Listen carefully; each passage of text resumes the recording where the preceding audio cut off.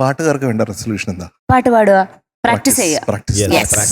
Practice. എന്താ അഭിപ്രായം? നല്ല അഭിപ്രായം. എത്ര മണിക്കൂർ പ്രാക്ടീസ് ചെയ്താലും പിന്നെയും പ്രാക്ടീസ് ചെയ്യണം എന്നുള്ള തോന്നൽ ഉള്ളപ്പോഴാണ് നമ്മൾ ഇമ്പ്രൂവ് ചെയ്യുന്നത്. അതായിരിക്കണം റെസൊല്യൂഷൻ. ഓക്കെ. അതെ. പക്ഷെ ഞാൻ പ്രാക്ടീസ് ചെയ്തിട്ട് വർഷങ്ങളായി. ഞാനും. അപ്പൊ കോമ്പോസിഷൻ ആണ് ഞാൻ പ്രാക്ടീസ് ചെയ്യാം. ദിവസവും ഒരു 5-6 ട്യൂൺസ് ഉണ്ടാക്കും. ആരും ഒരു ചോദിച്ചില്ലെങ്കിൽ പ്രത്യേക തരം പ്രാക്ടീസ് ആണ് MJ സാർ.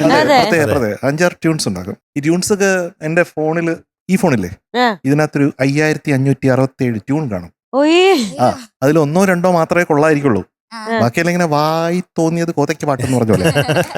പക്ഷെ എന്നാലും പാടിയിടും. പക്ഷെ ഏതെങ്കിലും ഒരെണ്ണം കേൾപ്പിക്കോ ഞങ്ങളെ? അന്തനാളിൽ അന്തിനേരം ഉന്നൈ പാർത്തേൻ കണ്ണമ്മ നമ്മുടെ മബു പാടിയതാണ്. ഞാനും ഹരിണി കൂടെ പാടിയ. അതിന്റെ ആദ്യം എനിക്ക് എന്റെ മനസ്സിൽ തോന്നിയ ഒരു ട്യൂണാണ് കേട്ടോ. അന്തനാളിൽ വരുമ്പോത് ഉന്നൈ പാർത്തേൻ കണ്ണമ്മ எந்த ராகம் வரும்போது என்னை காண்பேன் கண்ணம்மா உன்னை பார்க்கும் போது நெஞ்சில் என்னை பார்க்க கண்ணம்மா அந்த நாளில் வரும்போது ഉന്നെ പാത്തേൻ കണ്ണമ്മ.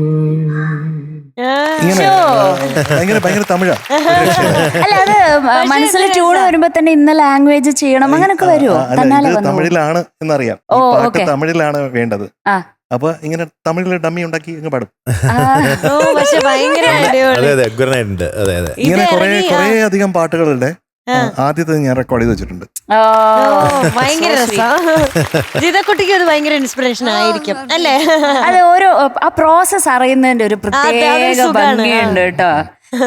അത് ഭയങ്കര എന്താ പറയാ, എപ്പോഴും തനിച്ചാണ്, സോളിറ്റ്യൂഡ് വേണം. അതാണ് അവിടെ നിന്നുള്ള ഒരു, അങ്ങനെയാണ് എനിക്ക് ഫീൽ ചെയ്യുന്നത് കേട്ടോ. Thank you for letting us have a look at your world.